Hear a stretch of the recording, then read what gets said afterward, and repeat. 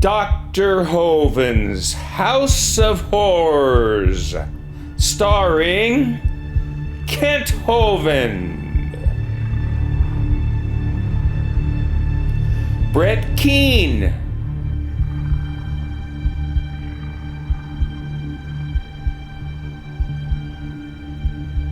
Michael Pearl,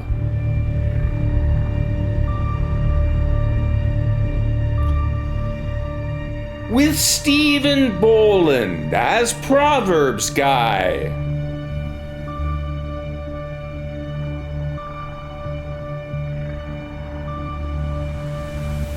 Tonight's episode: go wide or go deep. Hey, before I forget, I want to say something. Missing Mod, I think you're talking to Diploma Mill Doc in there about what Big Bad Mama put out about Kent. She's telling you to go watch it. Don't watch it. It'll just make you angry. It's absolutely disgusting what Big Bad Mama did on that video. It makes me sick to my stomach. It's not even worth watching. It's disgusting. Yeah, it's just, I mean, a lot of people look up to you, and we kind of set you as the standard of how a believer should try to, approach our daily walk. So I've never broken any marriage vows. When I make a promise, I make it for death do us part. And if they part, what do you do? Corinthians says, if the unbelieving depart, you're not in bondage. So yes, we are extremely happily married. And this one just wants to be wife, wants to love the Lord, wants to love her husband. And could not be happier married. Well, actually, she picked me this time. I said, Lord, I'm not going to go fishing. You make one jump in the boat.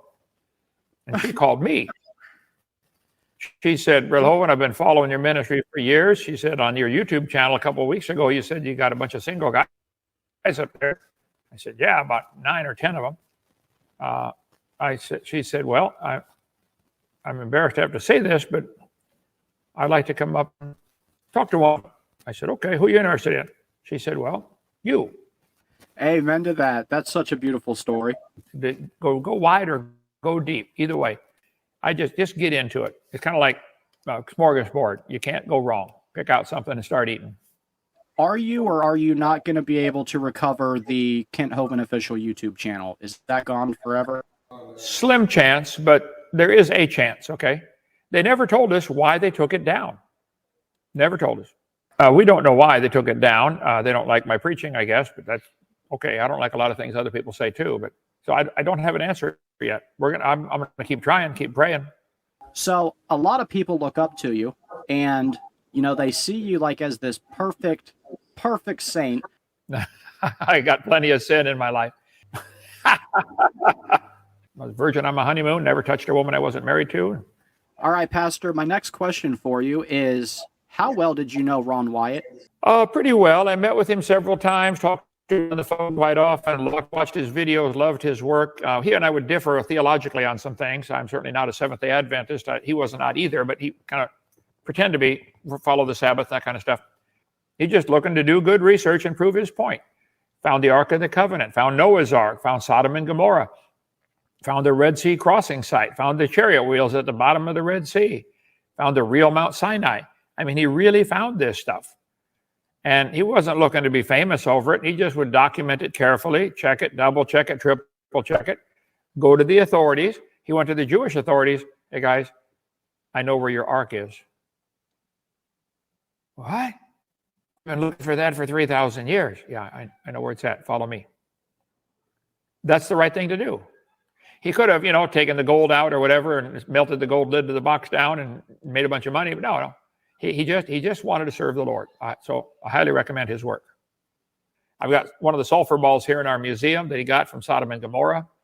And I just thought it was interesting because, out of the billions of people on Earth, you and I are part of just a really minute handful, right, who have actually got to see these articles, these right. biblical artifacts. So that's really cool that we have that in common now, and we can relate.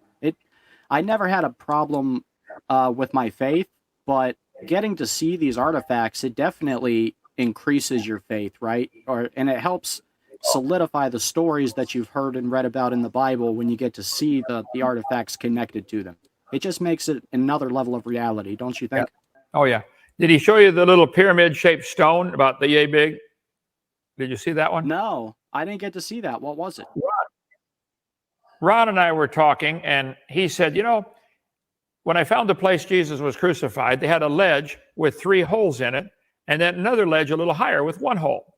He said it looked like the Romans could crucify 4 at a time if they wanted. That day they only did 3, okay, Jesus and the 2 thieves. To make sure dirt doesn't go down in the hole, which was in solid rock, they chiseled a square hole in the rock to slip the cross into. He said to make sure the dirt didn't fall in the hole, they'd put a plug in it to keep the dirt out. It was an upside down like a pyramid. He said, here, I got one holding my door open in the bedroom. And he came in, got it, brought it in, and showed it to me about yay big. And he said, this is one of the plugs that stop the dirt from going in the hole when they're between crucifixions. Yeah, no, now that you tell the story, I do know the one you're talking about, and I have a picture of it on Facebook. I got to hold that one. It's so funny because, you know, they had that as a doorstop, and then also, though, they had the deck timber from Noah's Ark that sat on their coffee table for years, and their cats were fascinated with it. Right. Ask them if they'll give me a deck timber from Noah's Ark. I'd like a piece of that for my science center. Oh, yes, sir. I'm always trying to train others to do what I do. I'd like to see 100 more dinosaur adventurelands started around the world. Out of all the modern day evangelists I know, you have been under a special amount of persecution. You would agree with that, including your false imprisonment when they stole 10 years of your life. While I was in prison for 9 years, which, by the way, that's not over yet either. We're going to keep going. We're going to get that case overturned from, 16 years ago. It ain't over. Be praying about that. I certainly questioned him. God, are you listening? Do you know what you're doing? Look, Lord, look what they're doing to me. Lord, would you stop it? I've told him a few times how he ought to run his universe, and he didn't listen. That's what my dad would do. You know, we'd get upset about, hey, boy, who do you think pays the electric bill around here? Who bought that bed you slept on last night? Who paid for that food you ate yesterday, son? Oh, wait, did you want to plug your GoFundMe account to get the car? Yeah, okay, we can do that too. I was going to put the link in the description of the video, but also we have the GoFundMe, which I will still link. And the GoFundMe is to purchase Dr. Kent Hovind's car. It is a Honda Insight. It's really good on gas, and it's exactly what I need. And we'll put all the links so that you can get to that. All the funds are going to go directly to Dinosaur Adventureland and Dr. Kent Hovind.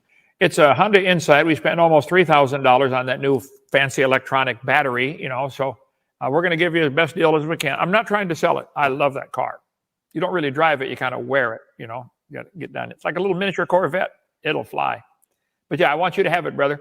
So if you can raise the funds, give me a reasonable price for it, and we will, I'll miss it. Once I buy it from you, I'll come pick you up once a month and we'll go get lunch.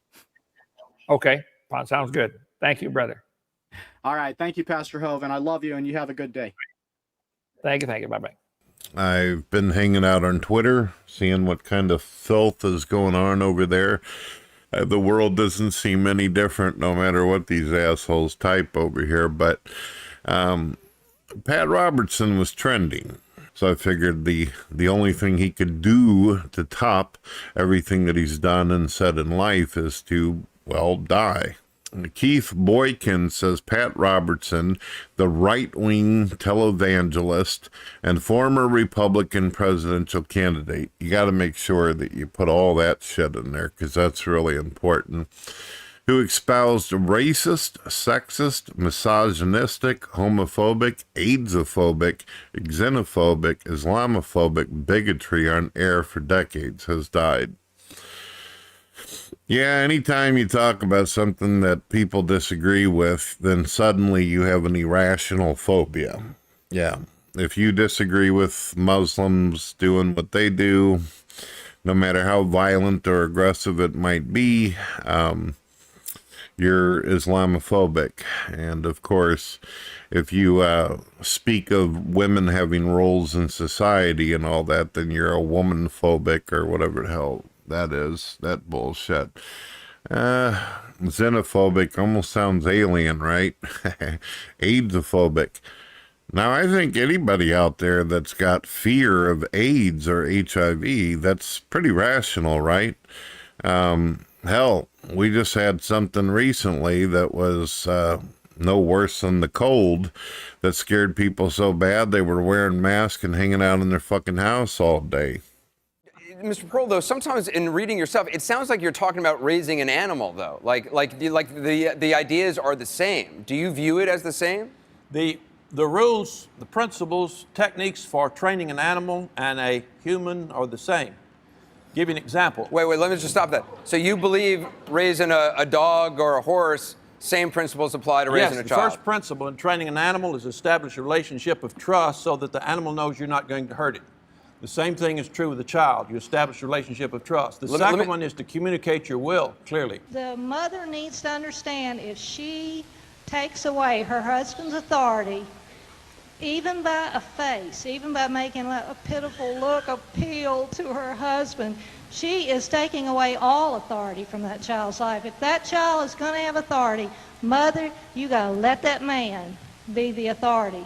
All right, we're back for question and answer time. I've got my little lady. This is my first wife I brought with me tonight. Does it look like a man's writing or a woman's?